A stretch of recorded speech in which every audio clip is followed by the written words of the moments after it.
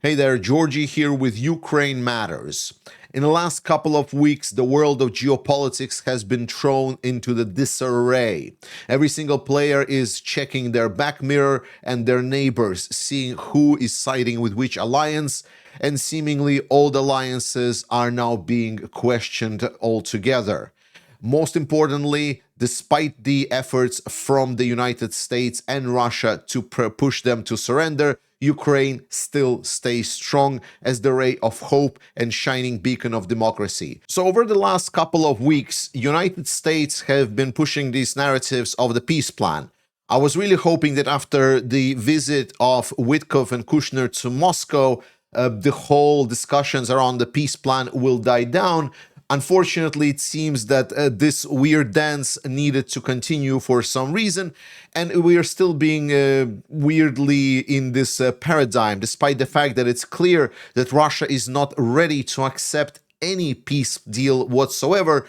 And the only goal that Russia is having is to try to twist the perspective of United States and hopefully not allow United States to support Ukraine anymore and to throw the whole Western alliance in a disarray. So as you can expect, exactly what Russia was planning is happening right now. We already knew that this was exactly the plan, but things got a lot more complicated when last week the national security strategy of United States have dropped. And it was particularly interesting. Again, I will make a video about it separately because I am still sick. I'm really struggling here. But the national security strategy in brief was focusing more on Europe than it was focusing on anything else. You could say that it was basically stating that United States would like to withdraw from any and all agreements, that it sort of perceived Europe as a bigger problem than Russia is. It outlined that, for example, United Europe is presenting itself as a weird threat to United States, and it would be much more preferential for the United States if Europe would be broken apart into the individual states that are bickering with each other, while also then trying to push these states to sort of buy this stuff from United States. In a feat of irony, this basically outlined that United States would like to exert sort of a imperial colonize-like pressure onto Europe, where European states would be broken apart, where only favorable government to the current administration in the United States would be installed, and more importantly, the deeper individual economic connections would be established, so to secure essentially dependence of the European states on the US, while also doing absolutely bare minimum on the defense front, removing United States from NATO alliance, and sort of stating that if Europe by 2027 will not take care of their own shit, then, well, US is completely out. So you can say United States is blackmailing Europe to be in a position where it's going to be a lose, lose, lose, lose, lose scenario. Yet we know that a lot of European leaders would still do it anyway. So again, I will be going at some point in the videos about every detail of this plan and why it is absolutely devastating. But essentially, this plan fully aligned US strategy with the Russian strategy. Russia obviously would like to see more fractured Western alliance. They would like to see Europe that is not united. They would like to see return to the spheres of influence, something that Putin was pushing for a very long time. And this paper outlines exactly that. More importantly, it also gives a whole area of influence for China. China is considered in this paper essentially an economic threat and not much more, despite the fact that it's challenging everything else. So it's a complete travesty, and it's a complete reduction or multiplication by zero of the whole NATO alliance and democratic world order as we know it. After that, we had a couple of days of fallout from this document where a lot of European states were pretty silent on what does it mean.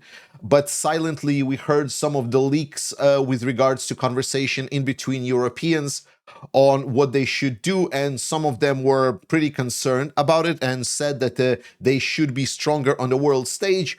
And now we got a new bombshell just now with the new discoveries that actually United States is moving already far further ahead than the stated national security strategy.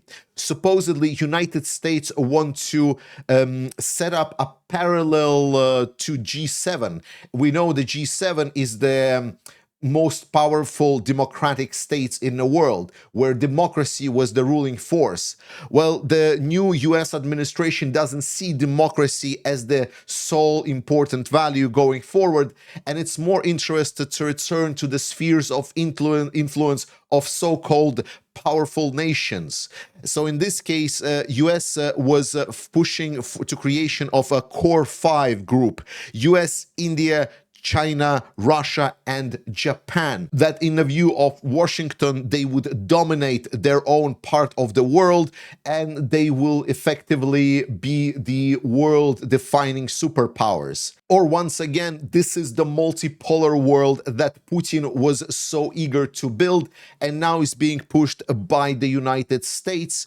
And more importantly, you might notice here that a lot of the democratic countries are not present whatsoever. South Korea, absent. Taiwan, absent. European states, all of them, absent. It is crazy. Oh, I'm not even talking about the South America as just being neglected altogether. It is an absolute travesty that this is being discussed, and this was my worst nightmare when we started this coverage on this channel, that democracy will fall and we would see Russia and China prevail and build their world order that is built on non-democratic values, and we will return to the power of might and spheres of influence. And now this is being pushed by the United States. And then it became really, really, really personal. Supposedly, in the conversations with the Russians, United States have been talking about certain things that trigger a lot of very negative keywords in me as an Eastern European. And if you have an Eastern European friend, you might ask, because I'm pretty sure it will be triggering a lot of the same keywords in them. Basically, United States were discussing with Russia and creating, in besides of the official agreement with the quote-unquote peace deal, if you can, it's a travesty to call it that name, but they were discussing to attach a secret protocol on the carving up of Ukraine, essentially the spheres of influence that we discussed just now. It is, for me as an Eastern European, this, as I said, triggers very strong parallels when world powers were carving up parts of our Eastern European states. It was called the Molotov-Ribbentrop Pact. It was a secret protocol between Nazi Germany and the Soviet Union, where they carved up Eastern Europe. And I mean, generational tragedies were built on these decisions of secret protocols of carving up territories of our countries without our participation. That is where the idea of nothing about Ukraine without Ukraine comes from. This is where it stems from. It is such a insane parallels that it's hard to believe. So if beforehand I said that I am not treating United States under Donald Trump as an ally to Ukraine, that it's more of a sort of a partner situationally, now I feel that we cannot even consider United States to be even a situational ally of European states. I believe we are drifting very far apart from where this current US administration is taking the country and likewise the world. And don't get me wrong, every country has the right to move in whichever direction. This is the power of democracy, you know. We respected the choice of people in the United States of selecting Donald Trump as their president in Europe. This is unfortunate for us. We knew that something like this is going to happen, but we still respect the democratic choice. The problem with this is that we all know what this leads to. We saw the world that is now trying to be recreated.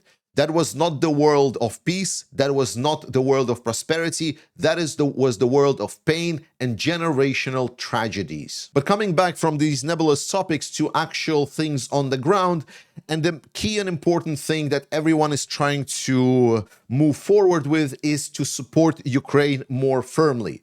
Europe is, by this point, absolutely dependent on Ukraine surviving and hopefully even winning the war, or Russia will most definitely come for Europe, and no, Daddy Trump will not come to rescue you, no matter how many times you lick his boots. It is very clear that United States are interested in just one thing and one thing only, which is profits. The discussions with regards to the Russian frozen assets from United States have been quite clear. They don't want Europeans to give the money to Ukraine without United States giving a cut from this. And again, this is not me bashing the United States here. I am just literally reporting what United States is doing. Like, if you want to say me bashing, then it's like, don't do this. And then I will not report on this. Simple as that. And yeah, basically, United States have stated that Europe should not prepare a reparation loan for Ukraine, and instead the assets should be handed over to United States and Russia as a part of a deal. And one of the staunch supporters of that was the Belgian Prime Minister, that has been opposing all of the movements that Europeans have been trying to do towards Belgium to satisfy the critique that Belgian Prime Minister has been pushing forward to the Europeans. He has been telling that Europeans need to share the burden, which European big states came out and said, yes, we are ready to do. He said we need a little bit more confirmation on that. German Chancellor went to Belgium and talked with the Prime Minister and presented a detailed breakdown on how this loan and these assets would be separated by each country, by each GDP, and risk would be separated and shared all throughout Europe, every single state in Europe, and it was shown to them. To which Belgian Prime Minister said that this is going to be theft, that assets could be endangered, and that Europe is supposedly looking to sabotage Belgium's longevity. Which underscored one very specific thing. There has been already suspicions that potentially Belgium is using some of these assets for their own needs. But more importantly, the case is that Belgium just doesn't want to do it. It seems that they want to break away from whatever Europe is doing, and they just want to do their own thing. We were talking about disarray in the world order, and Belgian Prime Minister is basically throwing Belgium against the whole European Union, minus maybe Slovakia and Hungary. So that kind of bunch. From all of this grim image, what are the good news? And the good news is that there are already certain politicians and leaders that are finally realizing the depth of the shit that we're in. And right now, Europeans are starting to do certain things. First things that they said, they stated to Belgium that if you try to block this, we're going to treat you like Hungary, and we're gonna obstrugate you. Basically, they stated that Belgium right now is not just playing with some Russian assets.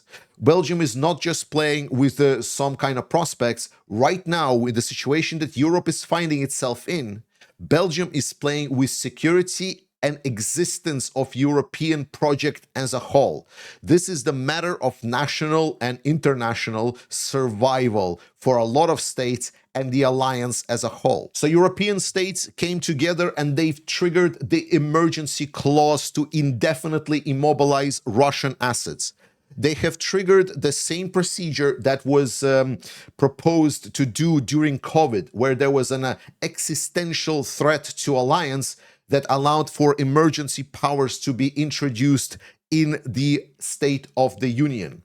And this means one very simple thing, because Russian threat to Europe was not only military and security-wise, but also serious economic impact-wise, which it is. And this allowed Europe to trigger this article, which now sidelines the Hungary's veto on these frozen assets. Therefore, the frozen assets can no longer be moved. They are permanently immobilized. They will not be coming back to Russia. And secondly, the Belgium veto, if needs be, can be taken over. It can be ordered for Belgium to essentially treat Europe as a friend or else. And I want to spend a second just to address how much BS Belgium arguments is. Because Belgian argument is as follows, that if these Russian frozen assets are then being handled, and based on these frozen assets, European Union will issue a loan stating that Russia will not receive the frozen assets until they pay war reparations to Ukraine. That's a security. So that is already a protection for Belgium. Yet it's not enough. It is stated that potentially Russia can go into the court, and court can decide that these frozen Russian assets were withheld illegally, and then Belgium would need to essentially return these frozen Russian assets to Russia. This case is extremely impossible for one very specific reason. When Russia invaded Ukraine, they've exited all of the legal apparatus that was uniting Europe, uniting the world. Russia confiscated assets on a lot of private factories in Russia. Russia stole planes from a lot of the different companies, multi-hundreds of millions of these planes, if not billions. Russia did insane damages in regards to their cables, in regards to their political influence. Russia did insane amounts of aggressive warfare. If Russia would at some point want to pull Belgium into some kind of a legal court, Russia would need to enter this legal sphere to try to get these assets from Belgium. And at that moment, Russia would be liable, arguably, for much more, to be sued for, actually also by Ukraine, because Ukraine is part of the same legal procedures. So do you really believe that Russia would try to go after these frozen Russian assets in the European courts if at the same European courts, as soon as the Russia signs that we are agreeing to the rules, Ukraine is going to sue them for trillions of damages that they've sustained by bombing the country? Absolutely not. Obviously, it's a complete joke. There is no case there whatsoever. It is all just political games, nonsense, and lies. Surprisingly, Mr. Daddy Man himself, Mark Rutte, also realized that something is up, and he has been advising the Europeans to essentially prepare for very, very tough times, that potentially we're looking down the future of warfare in Europe that has been unprecedented and to a scale of grandparents. And no, this is not a drill. This is the true reality. This is where we are. And the sooner we all realize it, the better. And while our politicians are trying to figure out what they need to do, I know what we must do. We need to support the Ukrainian armed forces because they are right there protecting us right now. Every single piece of damage that Ukrainians are dealing to Russia is a piece of damage dealt to the Russian potential of invading and dealing damage to Europe. Protect ourselves, help protect Ukrainians. Thank you so much to every single person that has been donating and supporting the FPV fundraiser. We're over 71.6 thousand euros in. Thank you, thank you, thank you so much. And if you're in the United States, you can participate by purchasing Art Wine. The importer is going to be helping us with the fundraiser by sending the money over from the purchases made of this wine from Ukraine. And the important little bell for us Europeans rang just recently when Putin signed a decree to call up reservists for 2026 training. A lot of people, for some reason, now instantly assume that it's going to be the reinforcements coming to Ukraine. But it might not be. We need to understand that Putin has a very small window of opportunity before there are midterm elections in the United States. Because remember, while I am talking a lot about the current United States foreign policy, it is all generated by the current administration.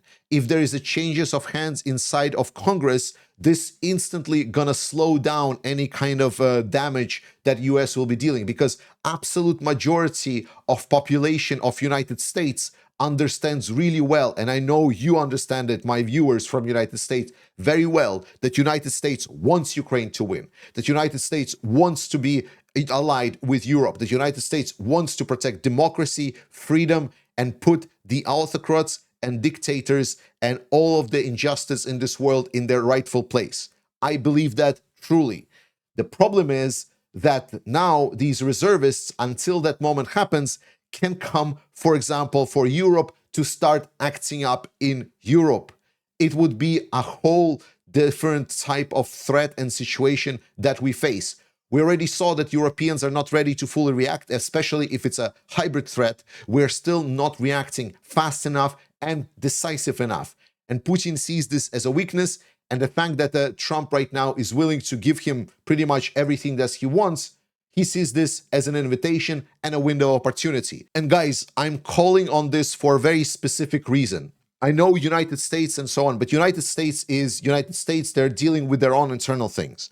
I want to focus on Europeans because I praised Europe at the start of 2025, that we stepped up, that we really tried to do more for Ukraine. Yet second half of the year showed that we actually went all the way back. So now Ukraine is actually short this year compared to previous year. We in Europe, despite all of our economic might, I don't know how, we are rich. We have the economic potential. Why are we still not fully investing in our support for Ukraine? Because it is our ass that is on the line here. So that's why I want to underscore that the question of the frozen Russian assets is not only crucial right now for Ukraine, it is crucial for us in Europe so we can match that, so we can overcome that, and Ukraine gets secured, and we do support Ukraine. It is the best marker. If Europe will not be able to supply these Russian frozen assets to Ukraine, we're done. But the person that really shows the spine and cuts through all of this BS is President Zelenskyy. Now, he obviously needs to deal with this global circus the most because his country is in question, and there has been a lot of questions coming towards him, and basically he is bouncing them back to the United States. Donald Trump suggested that there should be elections in Ukraine. This is obviously Putin's narrative and Putin's talking points, and that Zelenskyy is illegitimate, that supposedly people in Ukraine already want this war to stop, that they're ready to give up territories. And Zelenskyy kind of hit back at United States, stating that well, if you are saying so, then probably that is, like, we're ready to test it if you want. The first was the question of elections. Zelenskyy stated that in generally, he personally is ready for election, and I am pretty sure that he is. Like, no one really wants to be in his position and do the job that he is doing. Like, that is, you've seen the toll that this job has been having on him the most. And he stated that the biggest issue right now to have elections in Ukraine is the ability to actually do elections physically. So he stated that if there is such a big push coming from the partners, as he said, knowing exactly who he meant, then if the partners are willing to provide security necessary to have these elections, aka ceasefire with Russia, then Zelenskyy is ready to hold elections if they need to be. They are ready even to send to the parliament some kind of changes and amendments to the constitution, so they can have elections during wartime if the security is guaranteed. This is basically hitting back at United States, stating that there should be elections in Ukraine, where Zelenskyy is making, like, this is just physical questions. Like, how do you get elections done when your cities are being bombed, when you have soldiers right there on the front line in the trenches? How do you get the the voting booth set up over there, stuff like that. And so if there is any allies that are willing to provide security, bring in your own troops or whatever, you're very welcome to do so. And the second point was with regards to the arguments that there is about 80%. I think like with every day it gets bigger and bigger, this number with Donald Trump. At first he said it was like 70% of Ukrainians that are willing to end the war and don't support Zelenskyy. Now it's been like 80, and I'm already expecting when it's going to be 90 and then 110% of Ukrainians that are ready and willing to end this war and just cede territories. And Zelenskyy said like, well, again, like if you provide some kind of a security, let's hold some kind of referendum. And this is all because Zelenskyy lives in democracy. Ukraine is democracy. And the fact that US administration is unable to understand who Ukrainians are, how they operate, and what they think is, I mean, what else do I need to tell you about that? Ukrainians are free and proud nation that they've demonstrated and proven it time and time again. Never, never, ever, ever underestimate Ukrainians. They have the balls, the guts. They are the leader of the free world right now. Thank you so much for watching this, guys. Continue supporting Ukraine, trust in Ukrainian armed forces. I love you. Slava Ukraini, and I will see you next time as I get better.